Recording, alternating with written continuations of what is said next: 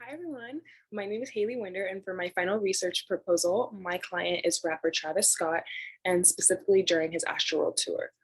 AstroWorld is his third studio album, and he has an AstroWorld music festival every year. So for those of you not familiar with the situation, Travis's AstroWorld Festival was last year in November 5th and 6th, 2021 in Houston, Texas, and there 100 people were injured or hundreds of people were injured and 10 innocent people died due to deadly crowd surges. A crowd surge is something that can be described as drowning, but not in water. It's like a crushing drowning. It's in a sea of people. As you can see in this video, crowds were yelling at Travis to stop the show. Stop the show! Stop the show!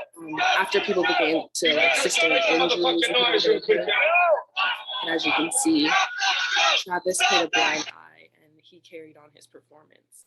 My client claims that his mission is to heal the world through music, but obviously this tragedy does not concur with that mission. For my developmental research, I began looking at Travis's response to the events that occurred. From the looks of it, Travis did not take a traditional PR route. He apologized with a brief message on Twitter and also used Instagram to announce his great sadness for what had transpired, but ultimately he didn't take full responsibility or accountability, and a lot of people called his response ingenuine. Honestly, just devastated. I could never imagine anything like this just happening.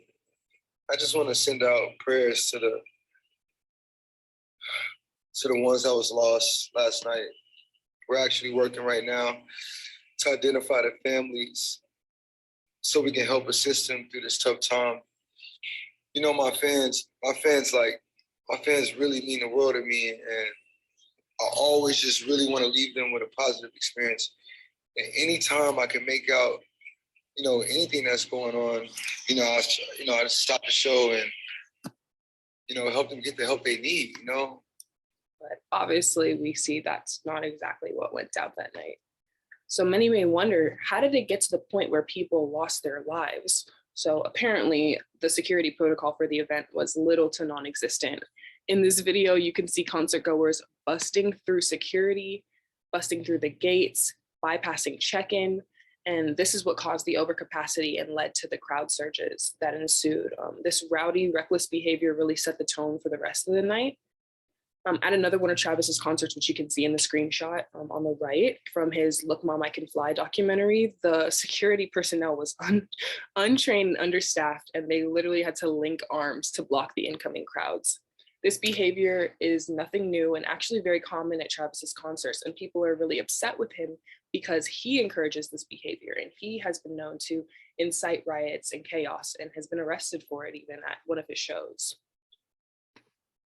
Next, I wanted to know Travis's response. Sorry, wrong way. Next, Travis went on hiatus for a while after the tragedy. He did break his silence though with his Project Heal initiative about 4 months after the incident. You can see here, Project Heal is a multi-tier initiative dedicated to addressing challenges facing today's youth, especially those from marginalized and at-risk communities.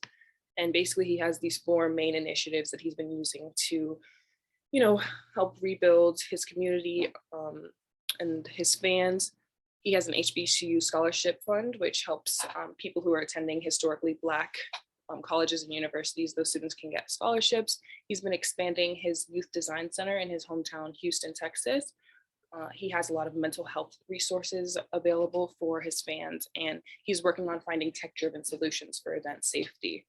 He also had an hour-long sit-down interview with Charlemagne the God, which did not gain approval from many because, once again, he didn't take responsibility, and a lot of people say he seemed detached from the situation throughout the interview. So the research question I explored was, to what extent are performers and artists responsible for the safety of their fans at concerts? And from there, I decided that I had 2 goals for my work. First, I learned that a PR objective can be to reduce a behavior. So like when you see those stop smoking campaigns and efforts like that, that's a PR objective to stop a behavior. So I decided that one of my goals would be to reduce violent behavior and incitement of violence at musical concerts and festivals.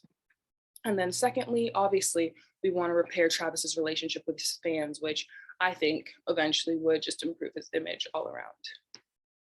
I want to carry out my research with 3 separate surveys and subsequently some interviews with certain applicants. One of these surveys would be qualitative in nature, while the other would be quantitative. First, I would gather security personnel of rap concerts specifically rap concerts, because I feel like the energy and the culture of rap concerts and mosh pits are very different from those of other genres. And I'd want to hear about the security's experience working in their field. I would ask them, what their safest concerts were, which ones went smoothly, what measures were in place at those events. This would be quantitative when I ask questions like, what was the number of staff and the number of police officers that attended your most successful concerts, et cetera, et cetera. My second group that I would want to survey are Travis's fans, just about their public opinion of him since the AstroWorld Festival from November. What could Travis do to regain their trust? Would you still attend one of his future concerts? Those are the kind of questions that I would ask. For the security personnel population, my sampling method would be through the rosters or payroll from AstroWorld, and then I would go down the line basically every 5th person until I get about 100 participants. Their incentive would be financial compensation. Obviously, we have the money to do so because it's Travis Scott.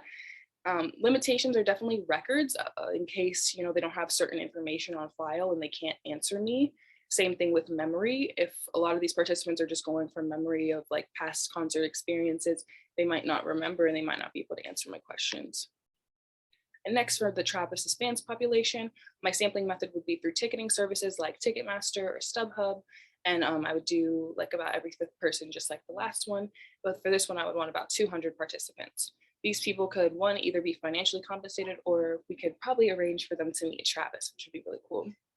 My limitations are definitely subjectivity, because these people are speaking on their own experiences and their opinions, but that's honestly what we want.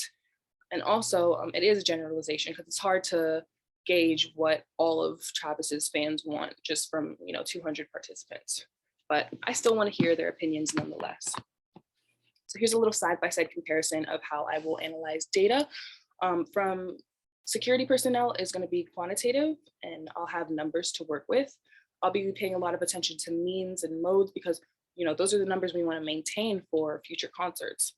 At first, I wanted the sample to only include the most seasoned, experienced security guards, but then I realized that I would want to interview everyone, like even the untrained ones who are at AstroWorld. I want to hear their experience. So this sample would be random, and I want it to influence future safety protocols to make sure that none of these tragedies are repeated.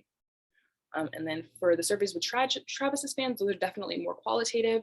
I'd be observing behaviors and analyzing opinions, and this would be at random in terms of age and gender. I just want anyone who loves Travis and his music. And with these surveys, I hope to get a gauge on his fans' needs and what they want from Travis moving forward. And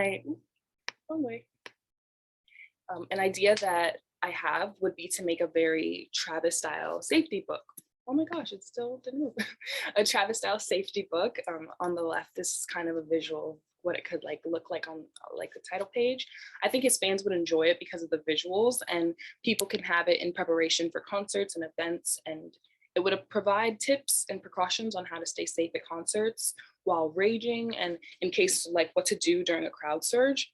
It'd be called something like La Flame's Guide to Raging, because Travis's nickname is La Flame and he often calls his fans ragers. So I think this would really appeal to them. It would be physical and digital, and I think it could be another element of his project Healed. If you remember from earlier, one of the objectives of the HEAL initiative is to create tech-driven solutions for event safety. So I think this would be a great way to compile that professional information for the public to read and to keep for when they go to music events and everything. It could be located in his Instagram bio. It could be sent digitally to customers when they buy a ticket to his shows. It could be passed out at shows, etc. My client says that his mission is to heal the world through music. And I believe this is something that would align with that mission, because it's not often that rappers make efforts like this, because, safety isn't on brand or cool for some people. But I believe that raging can still be safe and fun, and people just need to be taught etiquette on how to do so. So I think Travis would really set a precedent with this, and it would prevent any more tragedies from repeating, which is exactly one of our main goals. I hope you all enjoyed my research proposal and my idea for helping Travis Scott. Thank you all for listening to all of my videos this semester and for helping me complete this project with all of your suggestions. Thank you, Professor, as well, and have a great summer, everybody.